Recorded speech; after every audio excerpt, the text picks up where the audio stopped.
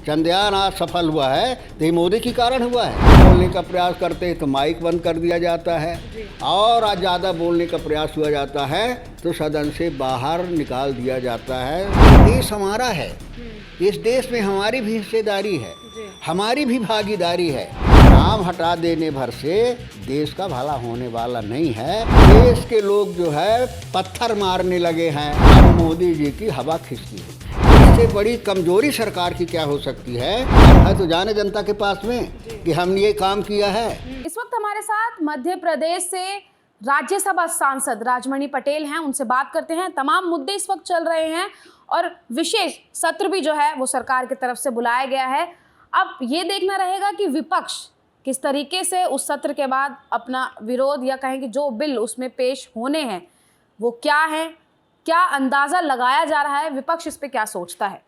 सबसे पहले तो बहुत बहुत स्वागत है आपका। बहुत बहुत धन्यवाद। क्या सोचते हैं विशेष सत्र में? हालांकि विपक्ष को तो बोलने की इजाज़त नहीं होगी, लेकिन अगर सहमति नहीं होती है तो किस तरीके से विपक्ष अपना विरोध जताएगा? देखिए, पहले तो अभी कोई एजेंडे पता नहीं है जी, कि सरकार किस मुद्दे पर, किस एजेंडे पर स्पेशल सत्र बुला रही है, जबकि ये अधिकार है संवैधानिक विपक्ष का और देश की जनता का कि जो भी एजेंडा है, जो मुद्दे हैं, उसकी जानकारी पहले से होनी चाहिए।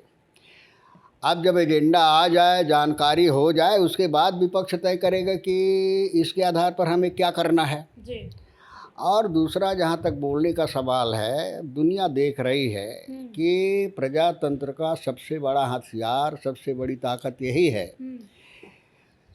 कि, और यही प्रजातंत्र की खूबसूरती भी है जी, कि सत्ता से ज़्यादा महत्व जो है विपक्ष का होता है।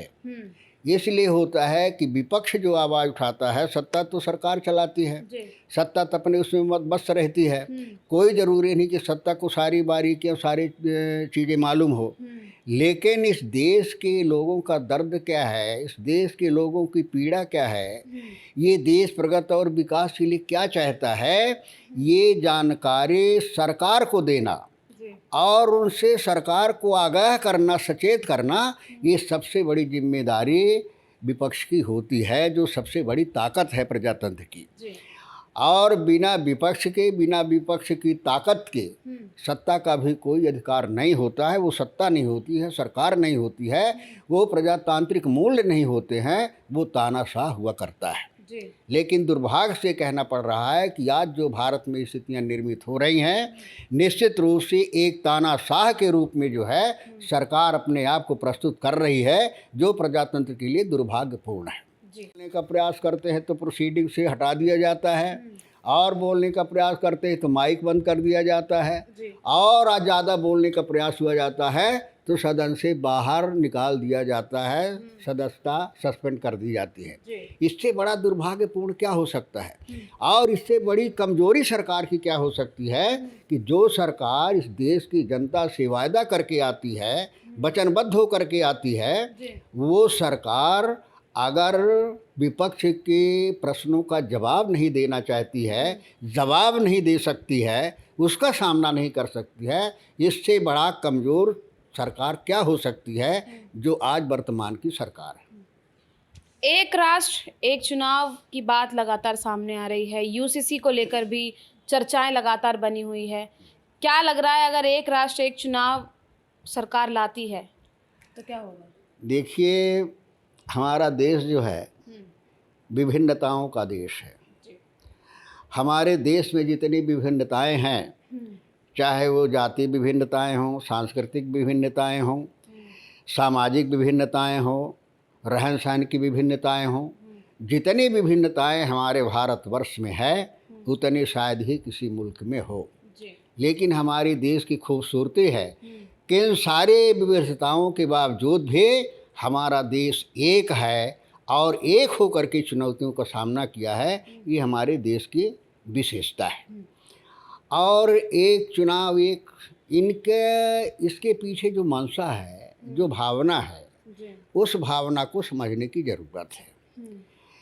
एक सत्ता का जो देश आज़ाद हुआ, उसके बाद ये तय हुआ कि शासन व्यवस्था कैसी होगी। तो सत्ता का केंद्रीकरण नहीं होगा, सत्ता का विकेंद्रीकरण होगा, उस सत्ता में इस देश के गरीब से गरीब, इस देश का किसान, इस देश के मेहनत करने वाले लोग जो अपना खून और पसीना बहा करके देश को बनाते हैं, उनके भी वो महसूस कर सके कि ये देश हमारा है, इस देश में हमारी भी हिस्सेदारी है, हमारी भी भागीदारी है। इसी वजह से सत्ता का विकेंद्रीकरण करने का लक्ष्य लिया गया था कि सत्ता का प्रकाश आम आदमी के पास तक पहुंचना चाहिए। लेकिन ये सरकार उल्टा शुरू कर दिया, शुरू से उल्टा कर रही है। ये चाहती है कि भारतवर्ष के संसाधनों पर कुछ पूंजीपतियों का, कुछ लोगों का कब्जा हो जाए। इस देश के जो संपदा है, इस देश के जो संसाधन हैं, उसके मालिक आम जनता नहीं होनी चाहिए, दो एक आदमी होना चाहिए। ये दिशा में काम कर रही है। इसी वजह से हमारे देश के पब्लिक सेक्टर को बेचा जा रहा है, हमारी संस्थाओं को निजी हाथों में सौंपा जा रहा है। तो ये नियत ही उसके पीछे जो है सरकार की खराब है। इसी के चलते कभी देंगे एक राष्ट्र एक काम, तो जब यही इनकी नियत थी तो इन्होंने ही तो नारा दिया था startup India, make in India, make in India. अब मेक इन इंडिया में फर्जीवाड़ा क्या? मेक इंडिया में क्या है? मोबाइल है, मोबाइल हिंदुस्तान के पर नहीं बनाते, मोबाइल दूसरे देश के लोग बनाते हैं और हिंदुस्तान में असेंबल होता है।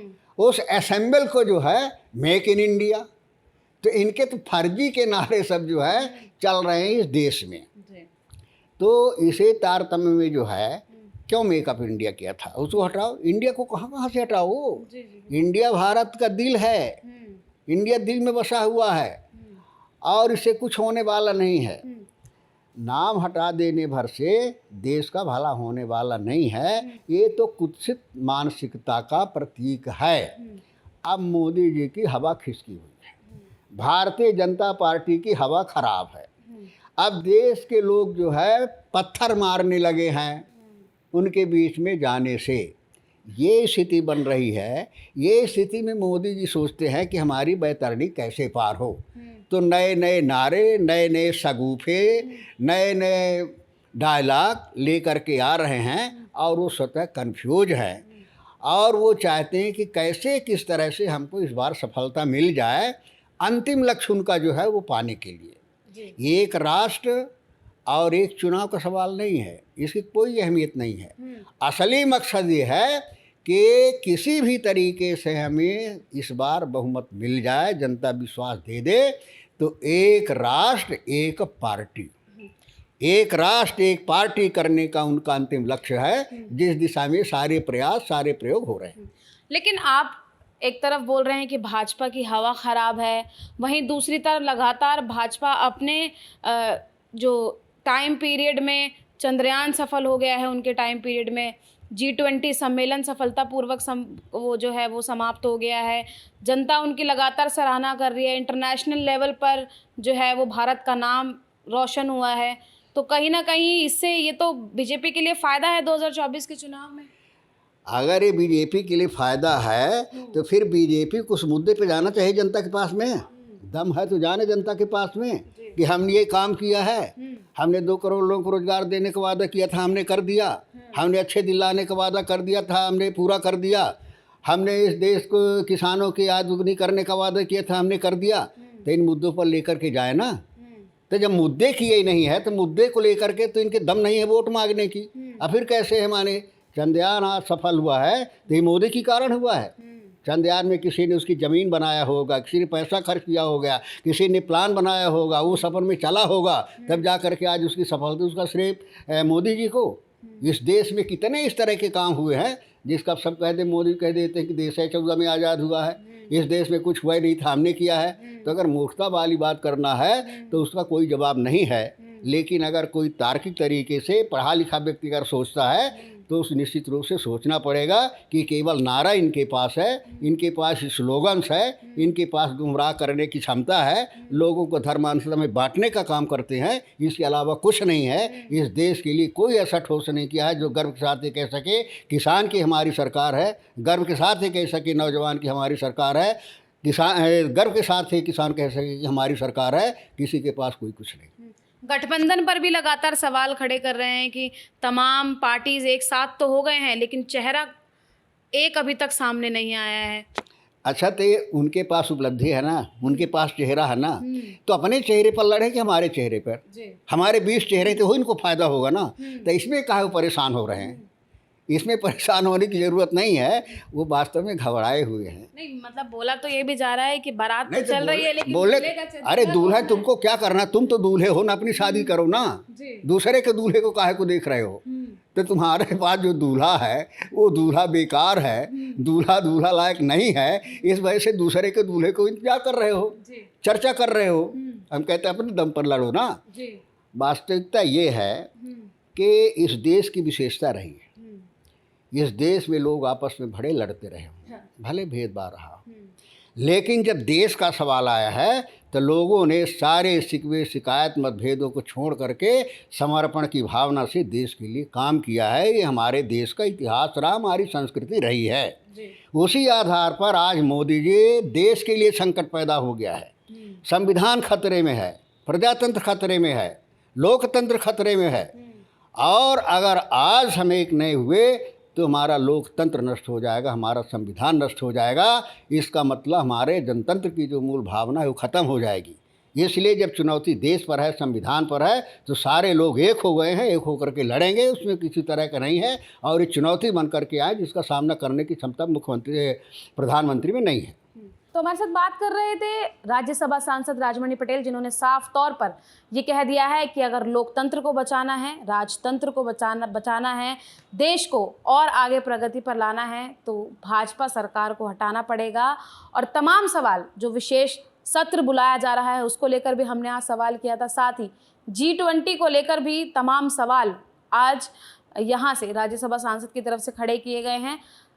बहुत सारी बातें हुई हैं, बहुत सारे सवाल हैं, देश को किस तरीके से बचाया जाएगा, देश की क्या उपलब्धियां रही हैं, ये सभी जो है वो हमें राजमणि पटेल जी बता चुके हैं। लेकिन आप क्या सोचते हैं इस विषय पर, क्या राय रखते हैं, कमेंट बॉक्स में हमें ज़रूर बताइएगा। फिलहाल के लिए बस इतना ही। देखते रहिए जनहित टाइम्स।